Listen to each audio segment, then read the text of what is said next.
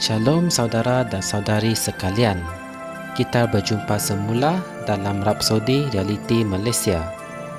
Marilah kita mendengar firman untuk hari ini 13 Januari daripada Pastor Chris Oyakilome yang bertajuk Kamu berada di tempat yang dipanggil Kristus. Haleluya. Ayat pembukaan kita diambil dari kitab Kolose 1 ayat 13 yang berkata, Dia yang telah membebaskan kita dari kuasa kegelapan dan memindahkan kita ke dalam kerajaan anak-Nya yang dikasihinya. Amin. Seperti yang dibaca dalam ayat Injil tema kami, kamu telah dipindahkan dari kuasa kegelapan ke dalam kerajaan anak-Nya yang dikasihinya. Itulah tempat barumu dalam kehidupan. Tempat itu dipanggil Kristus, di mana kamu berkuasa dan memerintah dengan penguasaan ke atas kegelapan. Jika misalnya kamu pernah mengalami penindasan dari iblis pada waktu malam atau mengalami mimpi buruk, kemungkinan hal tersebut berlaku kerana kamu tidak mengetahui siapa dirimu dan di mana kamu berada. Dan sekarang kamu sudah tahu, maka hal itu tidak patut berlaku lagi. Yesus berkata, dan kamu akan mengetahui kebenaran, dan kebenaran itu akan memerdekakan kamu. Dalam Yohanes 8 ayat 32. Amin. Kamu tidak perlu lagi dibebaskan. Kamu sudah pun memperoleh pembebasanmu semasa kamu datang ke dalam Kristus. Alkitab mengatakan, jadi sesiapa yang ada di dalam Kristus, dia adalah ciptaan baru. Dalam 2 Korintus 5 ayat 17. Kolose 2 ayat 6 mengatakan, oleh sebab itu, sebagaimana kamu telah menerima Kristus Yesus sebagai Tuhan, teruslah hidup di dalam Dia. Amin. Jalanilah kehidupanmu dalam Kristus. Haleluya. Bawakanlah suasana Kristus ke mana saja kamu pergi. Kamu dilindungi, dijaga dan dipelihara oleh kuasa-Nya di rumah barumu Kristus. Rumah barumu itu harus menjadi nyata seperti rumah yang kamu tinggal secara fizikal. Ketahuilah perkara ini dan kamu tidak akan pernah tahu apa itu kekecewaan atau putus asa, ketakutan, kesakitan, penyakit atau kelemahan. Kamu mungkin berkata, Pastor Chris, bagaimana sekiranya aku sudah dilahirkan semula sejak bertahun-tahun yang lepas, tetapi sekarang aku mengalami masalah di tubuhku? Jawapannya adalah mudah sekali. Dengan pemahaman bahawa kamu berada di dalam Kristus dan kamu mempunyai kuasa di dalamnya, kamu hanya perlu berkata dalam nama Yesus dari Nazaret, aku mempertahankan hak milikku.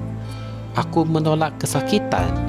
Aku menolak kecacatan dan aku berdiri teguh dalam Kristus. Kemudian kamu merangkui tubuhmu dengan tanganmu dan katakanlah, tubuhku, patuhilah. Tubuhmu tidak mempunyai pilihan selain terpaksa mematuhi. Kamu tidak lagi berada di bawah kuasa syaitan. Kamu sudah berada di dalam Kristus, iaitu sebuah tempat kemuliaan dan kekuasaan yang hebat dengan kuasa ke atas syaitan, kesakitan, penyakit dan maut. Terpujilah Tuhan. Marilah kita membuat pengakuan ini bersama. Aku telah dibebaskan dari kuasa, penguasaan, kawalan dan kekuasaan kegelapan ke dalam keselamatan yang mutlak. Aku hidup di hadirat Tuhan dan berfungsi dengan kekuasaan Kristus. Aku didudukkan dengan Kristus di alam kemuliaan, jauh lebih tinggi daripada kuasa syaitan. Aku lebih berkuasa daripada syaitan. Haleluya.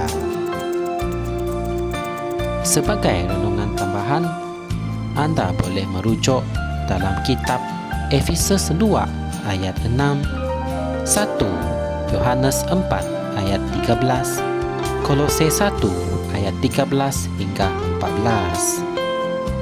Secara ringkasnya, sebagai anak Kristus, kamu mempunyai hak untuk mempunyai kuasa Kristus dalam diri kamu. Kamu menjadi seorang yang teguh dan tidak akan patuh pada kuasa jahat. Amin. Untuk mengetahui lebih lanjut tentang firman ini, anda boleh tekan like dan subscribe Rhapsody Reality Malaysia. Semoga kita dapat berjumpa lagi dalam segmen yang akan datang dan Tuhan memberkati anda semua. Amin. Kami percaya saudara-saudari semua telah diberkati dengan perkongsian firman dari Rhapsody Reality. Bagi sesiapa yang ingin menjadikan Yesus Kristus sebagai Tuhan dalam kehidupanmu, kamu boleh mengucapkan doa ini bersama dengan saya.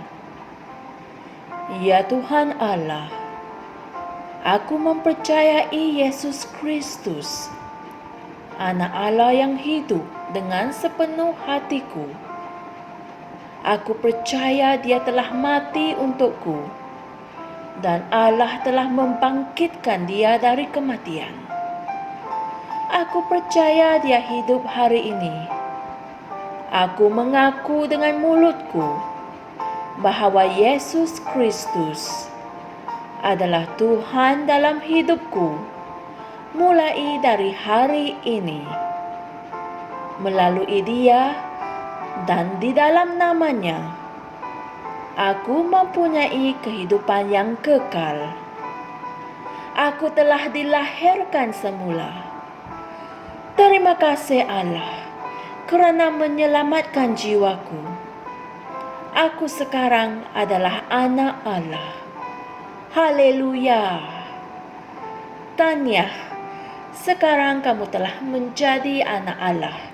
Untuk apa-apa sebarang pertanyaan atau untuk mendapatkan lebih banyak maklumat mengenai bagaimana untuk bertumbuh sebagai seorang Kristian, anda semua boleh hantar mesej di akaun Facebook kami atau email kami di tni.msia@gmail.com. Sekali lagi, tni.msia@gmail.com. Tuhan berkati anda semua.